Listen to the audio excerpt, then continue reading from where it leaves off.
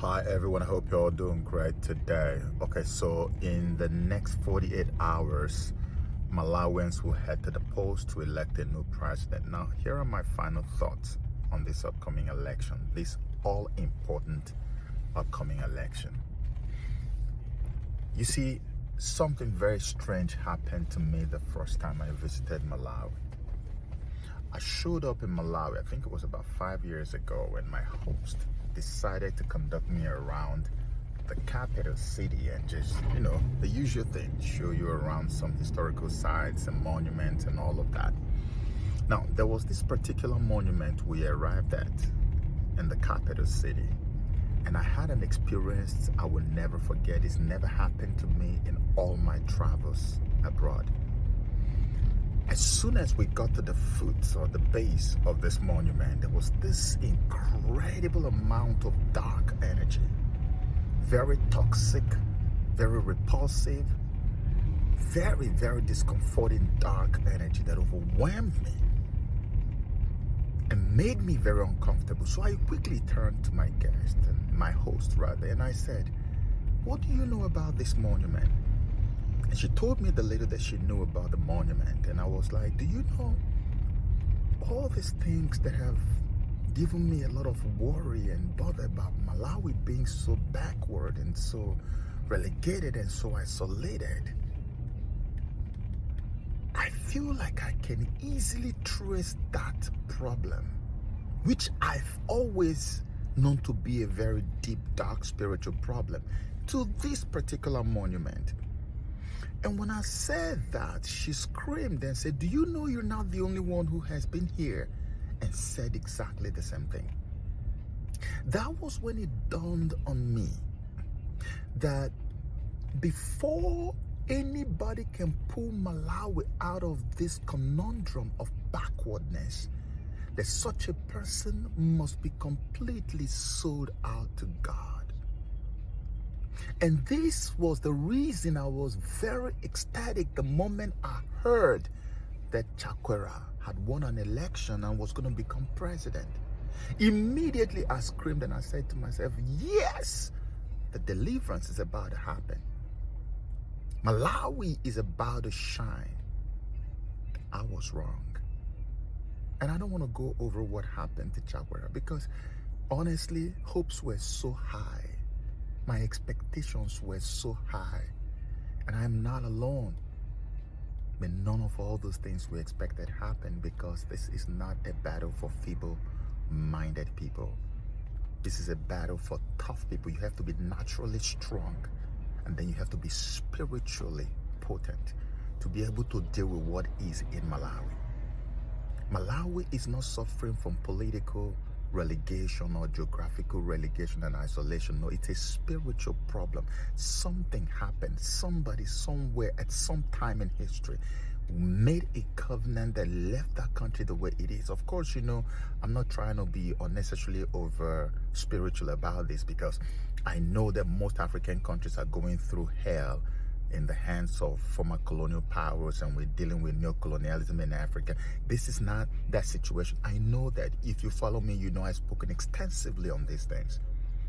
So I know exactly where to place what blame. So this is not that. Malawi's situation is different. This is a nation in the heart of the southern hemisphere that shares a common border with Tanzania, with Zambia, with South Africa, with Mozambique, with probably even Kenya. I mean, a southern hemisphere country that shares border with countries in the east, in the south, everywhere. And yet, when you close your eyes in the spirit and look, you will find out that all these other nations, everybody knows them. Their light shining. But Malawi's light is not just dimmed, it is completely extinguished. And an enemy has done this. That's why it is not just anybody that can go over there and bring about the change.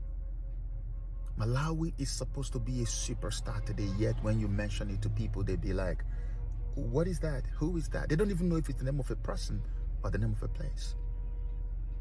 Today you have three people. The incumbent president, Dr. Joyce Banda and Peter Mutharika.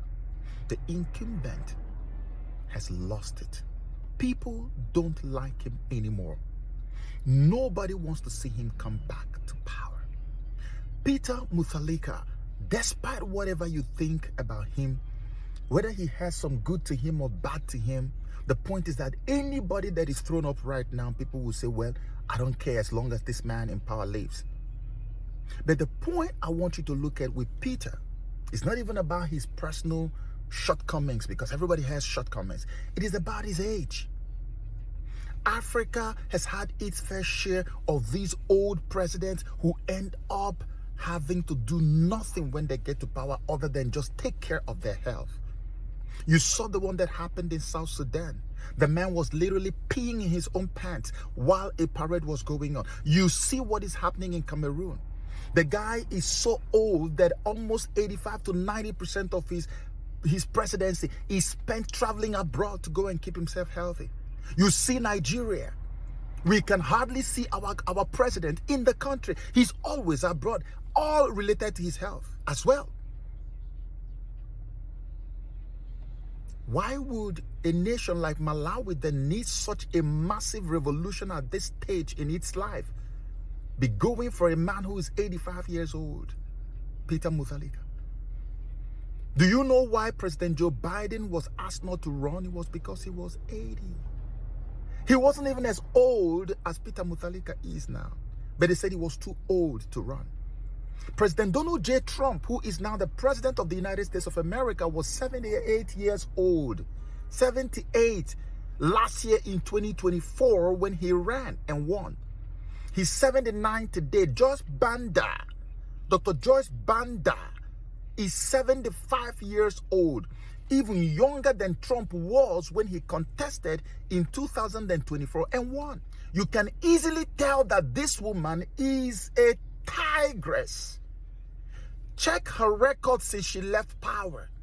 Dr. Joyce Banda is probably one of the most sought after former presidents in the whole of Africa. She's traveled to almost every part of the world. Asia, she's been to Nigeria. How many times? Been to almost every country in Africa. Going to speak. The woman has been incredibly busy. The day I looked into her schedule, I was like, is this woman on drugs? How could she be this effective and healthy and strong to handle all this? If you see the schedule, the travel schedule, and she meets every single one of them till this day. And not only that, the woman is incredibly God-fearing and knows what really needs to be done in Malawi. This was why she went to power and was bringing about that change, and they realized she could not fall for their antics and cower. They immediately framed and kicked her out. But I remember that most of us who were watching this thing from a distance have always known that a time is coming when God is going to bring her back to the same power in Malawi to finish what she started. And now the icing on the cake. You see Trump presidency in America, how many countries in Africa, their presidents and leadership are wary of Trump. Do you know Dr. Joyce Banda is one of the few people in the whole of Africa who, when they walk close to that door in Washington, the door opens before she even arrives at the door. This is who you guys are dealing with. This woman has such massive goodwill with not just the United States, but Europe, Asia, everywhere she turns. And this is exactly what Malawi needs at this time, without any sentiment attached. This is what Malawi needs. I am not doing this to promote this woman. I'm not doing it because of anything. I have nothing to lose or gain in this camp, but I am telling you that I am passionate about Africa, especially Malawi. I want to see Malawi rise to become the superstar that is meant to be. There is so much potential in that country, yet people don't even know it. How can you share common border with South Africa, Zambia, and all these countries, and nobody knows you exist? It is a spirit war. The war that needs to be fought has to start from the spirit. So somebody who does not have the guts cannot go in there. Somebody who is not physically, mentally, psychologically, and intellectually powerful and strong cannot go there. It's a combination of so many factors that incidentally are now found in just one woman. Why would you leave her? Of course, I know someone told me in confidence, and this is not even someone who supports her, that she is way ahead of all the candidates in the polls, even though the person told me that they do all kinds of stuff to just suppress it, that they try to suppress it sometimes, but that everybody in the country knows that Dr. Joyce Banda is way ahead. Now, what I'm saying to you is whether way ahead or no way ahead, let me make it clear to you Malawians. The choice is clear.